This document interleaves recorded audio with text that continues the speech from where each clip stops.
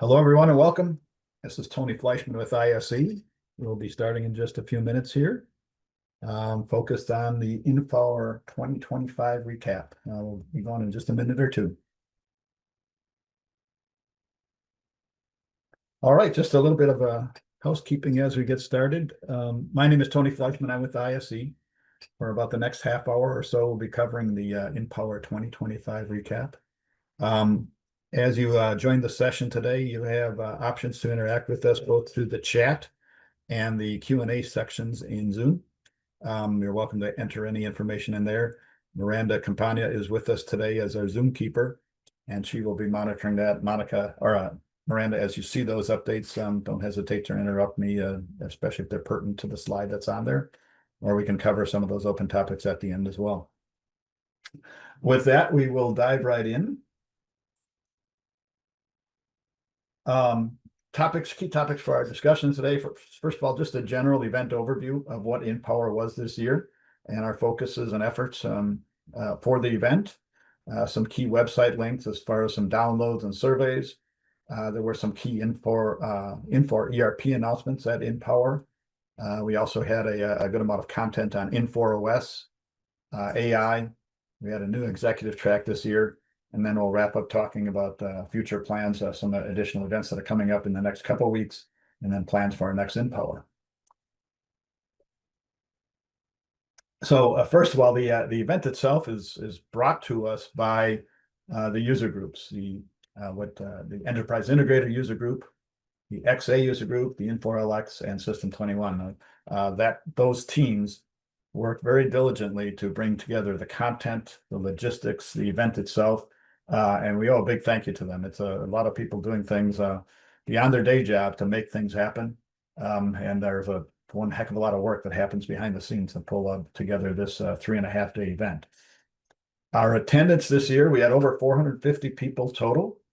For the third year in a row, there were over 200 customer attendees from over 100 manufacturing companies. So we continue to see a really good attendance from the 3 different ERP systems, System 21, LX, and XA. All of those are IBM-based ERP systems and really focused on by the Infor Compass Group. If you've heard of the Infor Compass Group, many of the Infor representatives and so on are within the Infor Compass Group that were there at the event. We had over 40 partners, Infor and IBM being our 2 key partners, but then also many others that attend, provide presentations, provide content, and also very active in the solution fair. And once again, we held the enrollment fees to under $1,200 for the entire event. That's up to 3.5 days of content. So happy to continue to keep that price low. We had well over 120 sessions. Those are Infor updates, IBM updates, some very specific ERP content. The Wednesday Education Day is where we tend to go a little bit longer with some of the sessions, up to 1.5 hours per session. And we really tend to get in deeper into some of the content, usage from key consultants or Infor resources or customers that are using the software, and going deeper into not so much of a demonstration, but actually live in the software, maybe walking and talking through specific scenarios related to finance, production, costing, purchasing, you name it, trying to get deeper into the software. And that has been a very popular change that we made about 3 or 4 years ago. We also had expanded commitment from our sponsors, Infor and IBM with joint messaging. I really have pictures there of Bill Valente and Scott and Tim from IBM. I mean, this is one of the few events in the world, I feel, where you can see Infor and IBM on the same stage talking about their joint development efforts, their focus on the Infor applications that run on the IBM i platform. So we continue to see more and more activity with IBM at these events, more and more interest in the IBM specific content, and really glad to see them join us for an Infor specific event. Every one of the customers there is running Infor software on the IBM i platform. Also have several partners focused specifically on those platforms. The partner funding that we have is really key to running this event. The partner funding contributes to over half the revenue to make this event happen. So their contributions, their financial contributions, their services contributions help to make this a bigger event and also to keep the price low.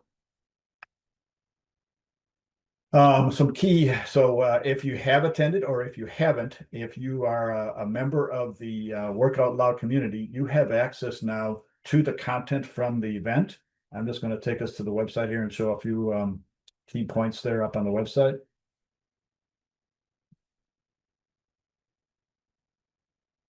I'm a little bit slow here from my home connection today, but this is the inPOWER 2025 website. We will conclude that in the chat at the end of the event if you haven't been there before, but if you've been to the inPOWER website to register and so on, it's the exact same site and this now with a few different options. If you want to download presentation content, just do what I'm doing here, which is the click here button, and you will see a listing of if you want to get to a specific day, if you were at the event and saying, boy, I attended a session on Monday or Tuesday, Wednesday, I really want to find that event or specific content, I'm going to click on IDF, Infor Development Framework here.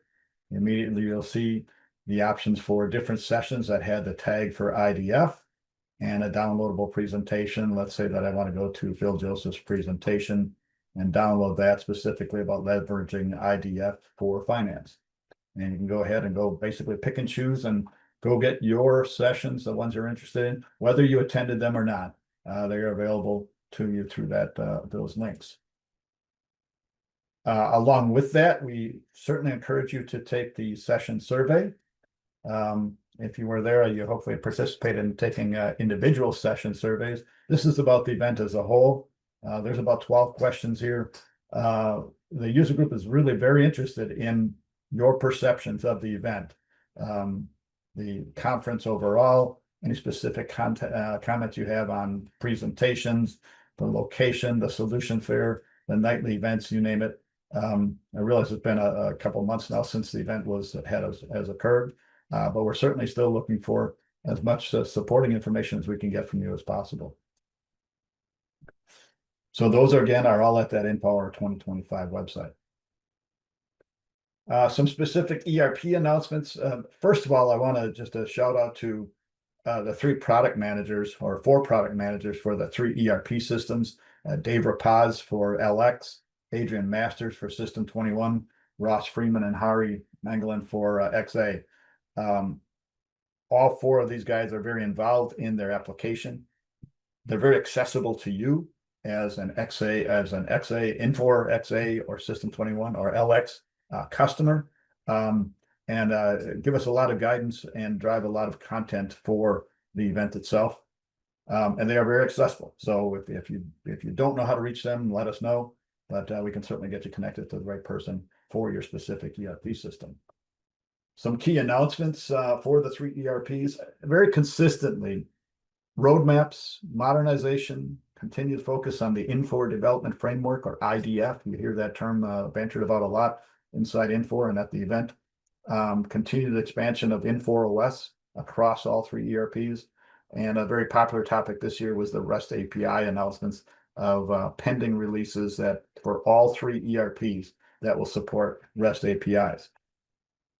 I've received this slide from Adrian Masters on the System 21 group, but this is actually a very nice slide showing the Infor strategy across any one of the ERPs. This one happens to be about System 21, but the core ERP with many of the core functionalities, the planning, the management, the services, distribution, finance, inventory, supply chain, all of that, what you might consider to be a standard core ERP functionality.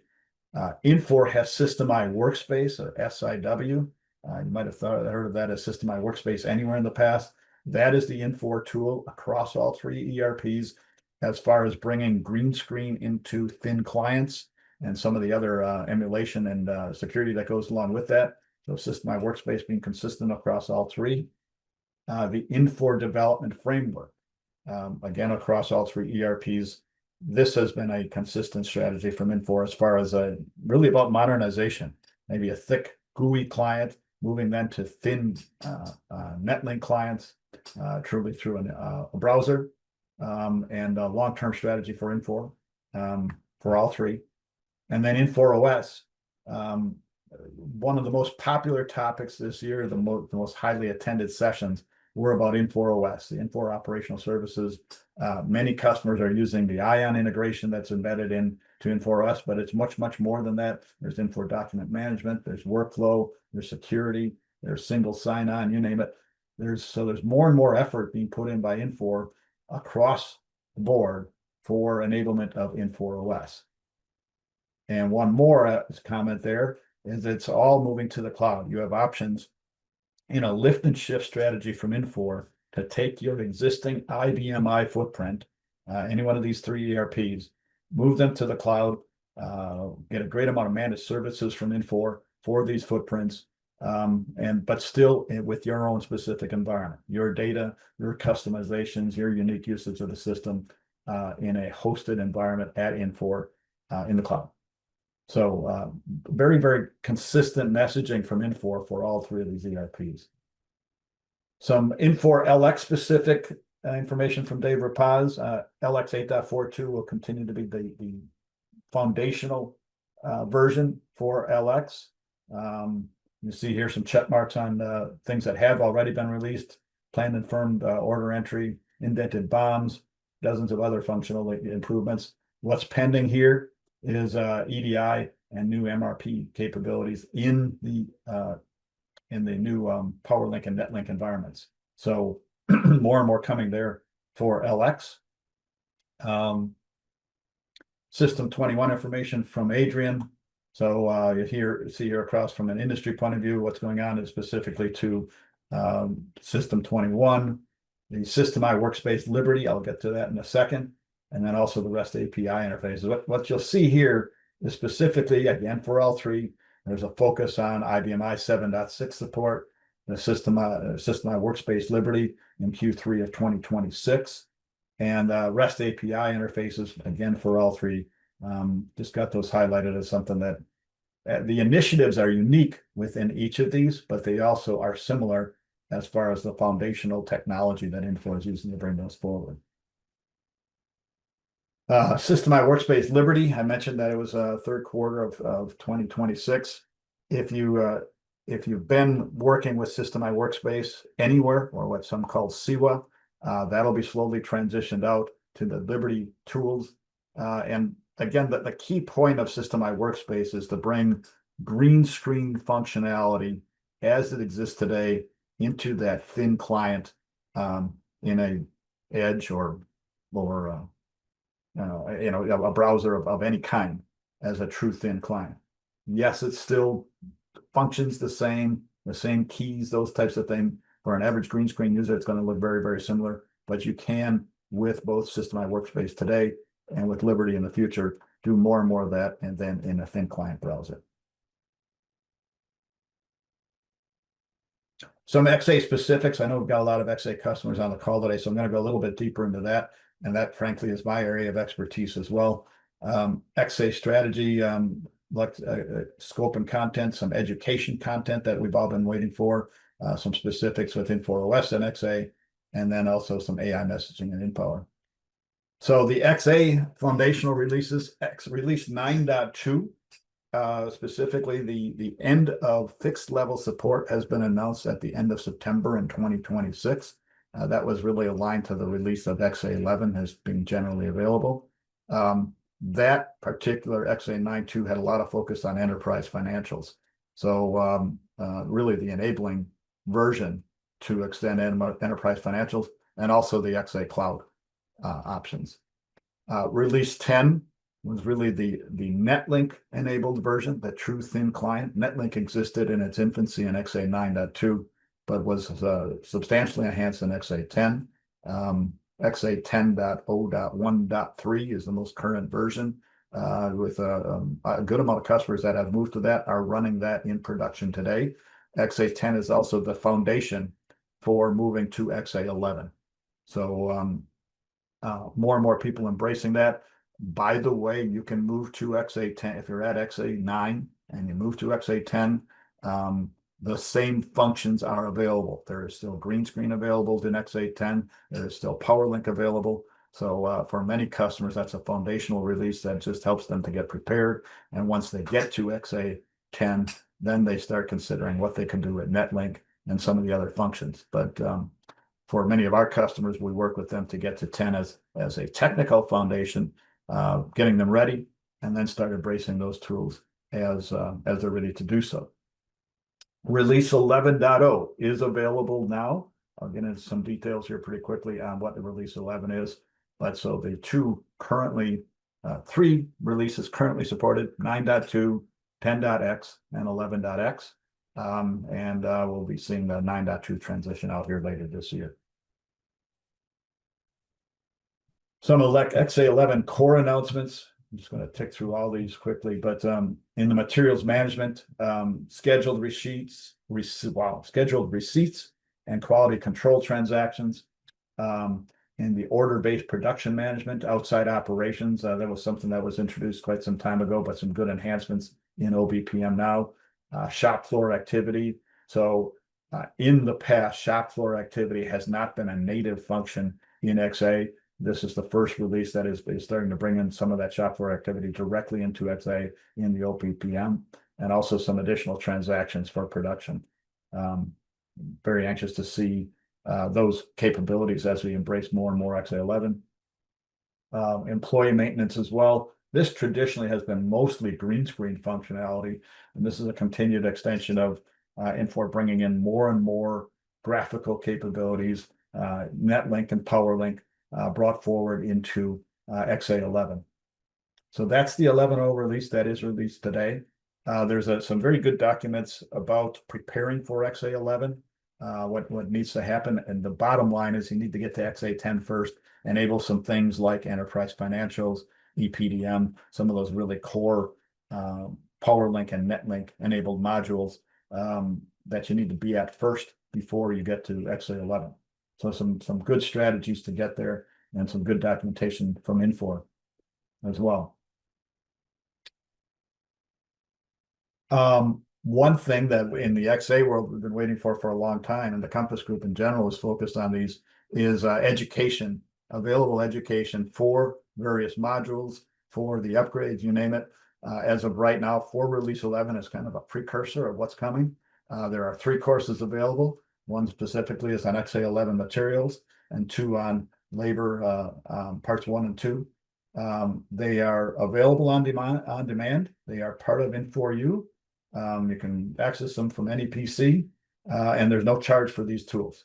So there's more and more coming for release education.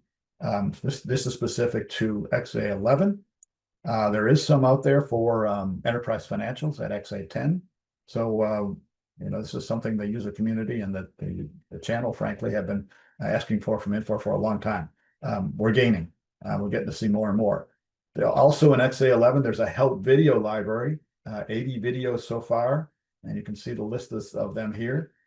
So just embracing I'll call it the age of YouTube, as far as being able to see small little snippets. How do I do things like this, etc. So more and more content coming from Infor, and I expect more and more content coming from the user community as well.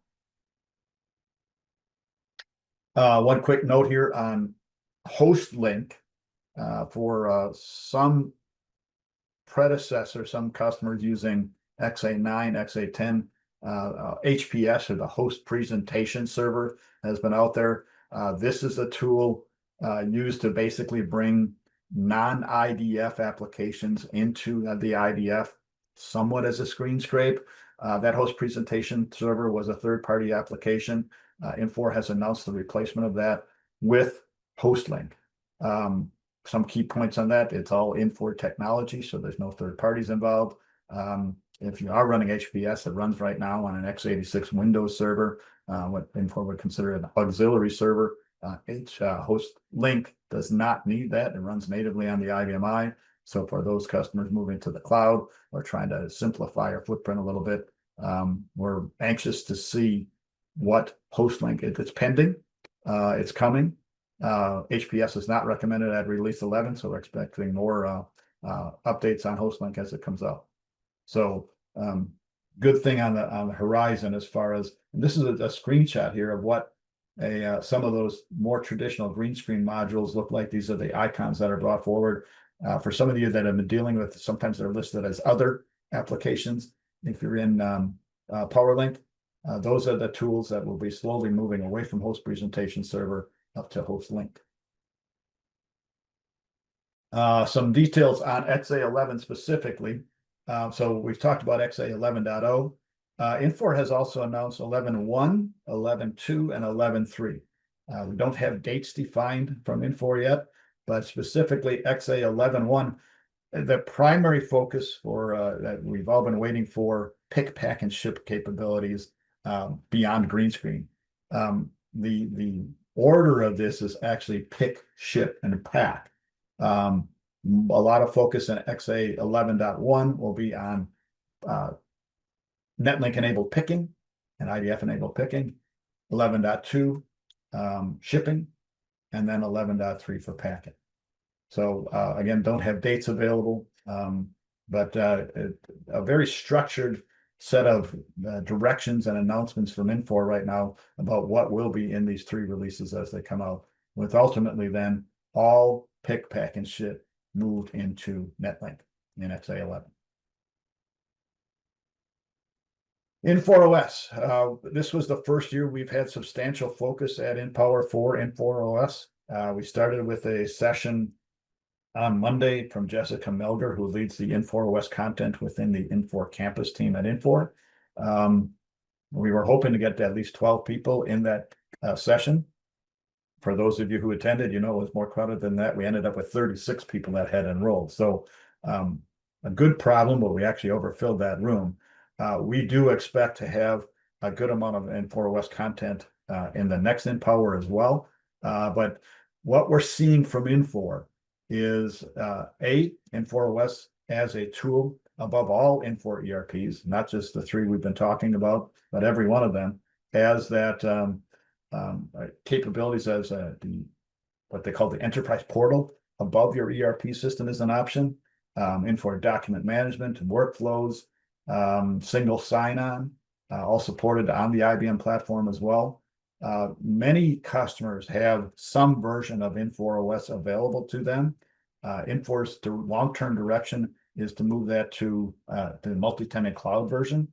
And many customers right now are using the ION capabilities in Infor OS for integration to and from their ERP system. For instance, to something like WMS system, CPQ, Burst, you name it. There are many, many tools inside Infor OS that can be embraced, but a lot of people start with the ION integration, the business object document or BOD integration available to and from other Infor ERP systems, and also to and from other systems in general as a piece of middleware. So there's a lot of YouTube content out there available on Infor OS, and there's an immense amount of focus from Infor on Infor OS as within their modernization strategies for their ERP systems.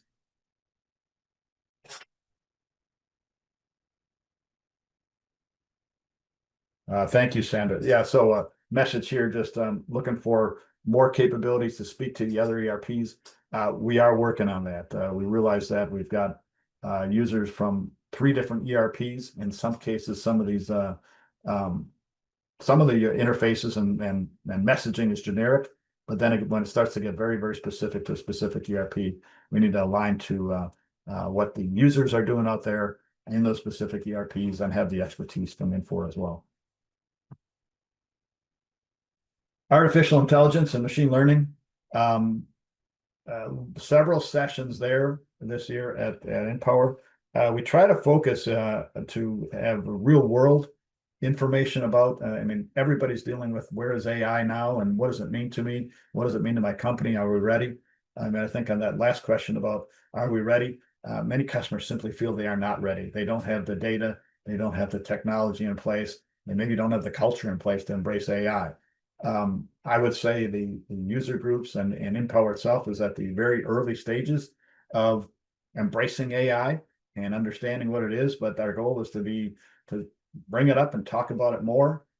We had some very good sessions there from some of the vendors, learned about IBM's direction, Infor's direction, you name it. I fully expect there'll be more coming out. And we're all learning, right?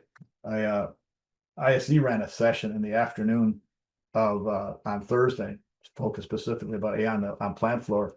and they showed this Gartner grid of just the embracement or the embracing AI in the world today, and literally almost 20 different topics specific to AI, kind of moving through this with this curve here on what the Gartner calls a hype curve. I found this very interesting, where the different AI areas are. Are they at the top of the hype curve right now, or some of them past them, getting down into the trough of disillusionment, meaning we've gone past the hype and coming down to some perspective of, okay, we're through the hype and now we're dealing with this.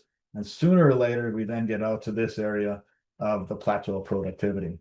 I hadn't seen this particular curve before. I just found it interesting. If you look here, generative AI, that ability to create AI content that we're all, the chat GTPs and copilots of the world that are coming out, still at the point of coming down to a point of the trough of disillusionment, and somewhere out here finding the productivity and cloud AI services, something like what we use for tracking everything in our Teams meetings and things like that, starting to come out of that trough and becoming really contributing. So this is from Gartner. I'm sure there's many other statuses and perspectives on AI, but just very interesting as it becomes more and more prevalent.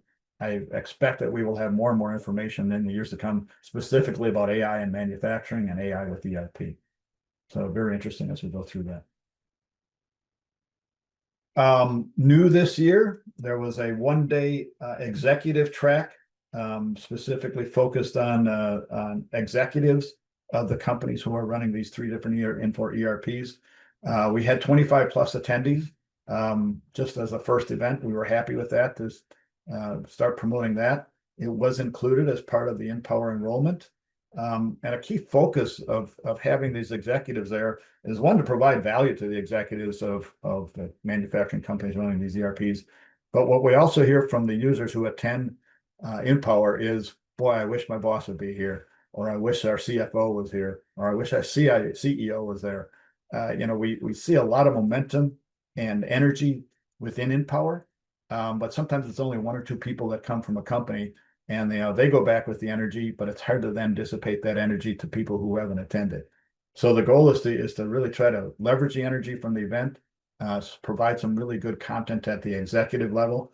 This year we were focused on culture within companies, manufacturing trends, AI, etc. So it's not about using the ERP system. It's not about the details that we might be covering on Wednesday, but it is about things that are pertinent to executives within these companies. Some feedback we received is we had several people who chose not to attend the executive briefing because they wanted to be in the core inPOWER event. So we're talking about potentially having this on a separate day that doesn't conflict with the core inPOWER sessions. So certainly considering something like this again in our next inPOWER. Pending events, other inPOWER sessions for 2025. Infor is hosting an event tomorrow. Go ahead and grab the QR code from the screen here if you want to. That'll be focused specifically on some of the Infor OS messaging and the enterprise performance, or EPM sessions that were presented, and also some other key highlights from inPOWER. That's tomorrow at 10 o'clock Eastern, and you can go ahead and grab that QR code. If I move too fast, let me know. I can go back to that one as we wrap up. Also, ISE, we will be promoting an event next week, specifically covering our perspectives of the event, some of the product offerings that we're going to be offering specifically to XA, and also our MV2 MES system on the floor. We ran a second session on Thursday of inPOWER, and we want to do a recap of that. So that is coming up on November 20th. And we can put that, Miranda, if you can put a link for that event in the chat as well for anybody who's interested in that.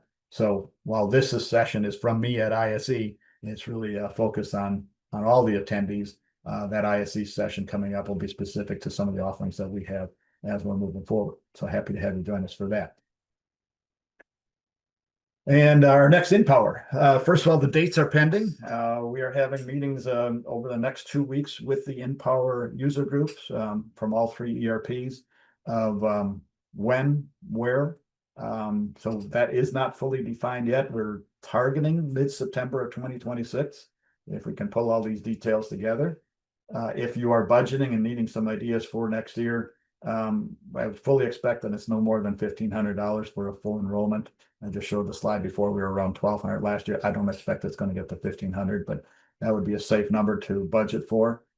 We have seen some good interest in the single day passes as well. Last year they were $300. I don't expect that's going to change much, but we do have some people who drive in or simply can't make it for the whole event and want to save on some budget dollars by just attending for a single day. Maybe for the executive track, maybe for some of the Wednesday sessions, you name it. Other expectations we'd have of the next event is we do fully expect, we've seen really good interest in the Monday Tech Day as far as Enterprise Integrator. Some of the IBM sessions this year were very well attended. That's somewhat new for us as far as more and more IBM content, but I do expect we'll have more and more as far as AI content, security on the system, development work, those types of things, what IBM is up to. So I fully expect we'll have more of that. More inPOWER and ION sessions, just because of the trend and the direction that we're taking with inPOWER and ION. And continue to focus on customer stories. If you are an Infor customer out there and you have something you'd like to share, the user groups are always interested in those types of sessions. There's help available to help you put sessions together. If you're, maybe not comfortable presenting or not quite sure what you present, we've got some good guidance on how to organize a session like that. I mentioned the IBM's content, and I fully expect we'll have an executive focus next year as well. And that's really, I'm going to go back to this QR code in case anybody needs to grab that one still. But that's really the core of our session today. Miranda, do we have?